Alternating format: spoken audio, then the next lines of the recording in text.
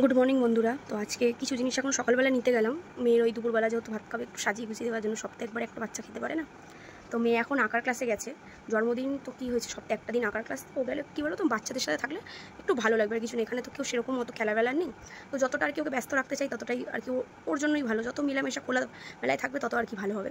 তো আজকে আঁকার ক্লাস ওকে পাঠিয়েছি আঁকার ক্লাসে। ও আসবে, তারপর আজকে অনেক কাজ আছে ঘরের, রান্নাবান্নার থেকে সব কিছুই আছে। একটা সন্ধ্যাবেলা ছোট্ট অ্যারেঞ্জমেন্ট করছি আমাদের আশেপাশে কিছু জনকে নিয়ে বা কটা বাচ্চাকে নিয়ে, তো যাতে ওর দিনটা বেশি মনে না হয় বার্থডের দিনের জন্য। তো যতটা চেষ্টা খুশি রাখার ওকে আজকের দিনে।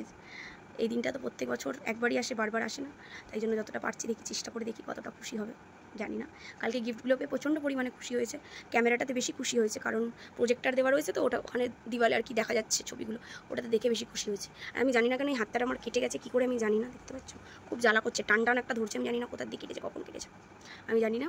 তো ব্লগটা কন্টিনিউ করছি তোমাদের সাথে, সাথে থাকবে, পাশে থাকবে, পুরো ভিডিওটা তোমাদের সাথে শেয়ার করবো। ভুবন আজকে মেনুতে রান্না করেছে হচ্ছে কাতলা মাছ ভাজা, আলু ভাজা, কুমড়ো ভাজা, পটল ভাজা, বেগুন ভাজা। তো এগুলো খায়, তো আমি সেগুলোই দিয়েছি। তো আমার বরে গলদা চিংড়ি নিয়ে এসেছিলো, তো গলদা চিংড়ি দিয়ে মালাইকারি করবো। আর এখানে দেখতে পাচ্ছ কাতলা মাছের কালিয়া, মুগ ডাল হচ্ছে, আর করব হচ্ছে পায়েস শেষের দিকে, আর ভাতটা শেষের দিকে করব। তো আমার চিংড়ি মাছের মালাইকারি আমার প্রায় রেডি হয়ে গেছে। তারপর আমি এরপরে কাতলা কালিয়াটা করে নেব, শেষে করব পায়েস আর ভাত। তো দেখো বন্ধুরা, আমার অলরাউন্ডার আমার একদম রেডি, আমি সব সেরে ফেলেছি। তো এখন এবার মেয়েকে খেতে দিতে বসবো দুপুরবেলা। তার আগে ওর ঠাকুমা দাদু এসে আশীর্বাদ করে গেছে ওকে। তো আশীর্বাদের পর এই দুপুরবেলা ওকে খাবার দিতে বসেছি।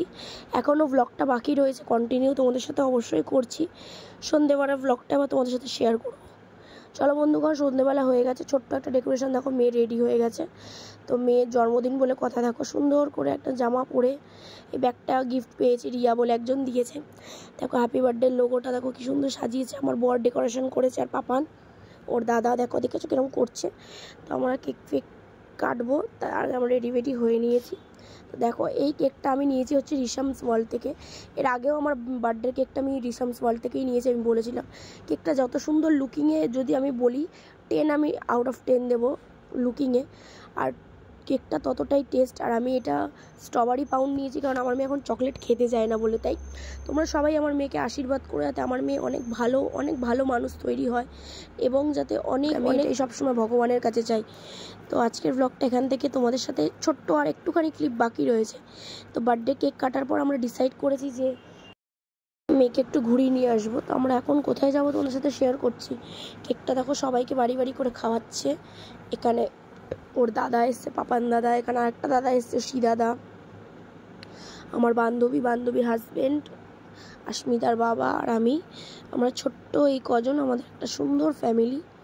তো ওরা এসছে, আমার মেয়েকে সবাই এখানে খুবই ভালোবাসে। যারা এসছে তারা আমার মেয়েকে যারা ভালোবাসে তারা সব সময় আমার মেয়ের সব কিছুতেই তারা অবশ্যই আসে। তো দেখো এখানে আমার মেয়েকে কেক জনকে মাখাচ্ছে। তারপর চলে গেলাম একটা দুর্গা মন্দিরে একটুখানি, যাতে ওর মুডটা সুইং হয়। বাচ্চা মানুষের সঙ্গে ঘরে ঢুকতে ভালো লাগে জন্মদিনের দিন, তাই জন্য ওকে একটুখানি ঘুরতে নিয়েছে। দেখো তেমন দাদাকে জ্বালাচ্ছে, দেখেছো।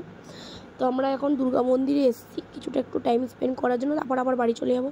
আজকের ব্লগ এইটুখানি, তোমাদের সাথে আবার দেখা হবে নেক্সট ব্লগে। টাটা সবাই।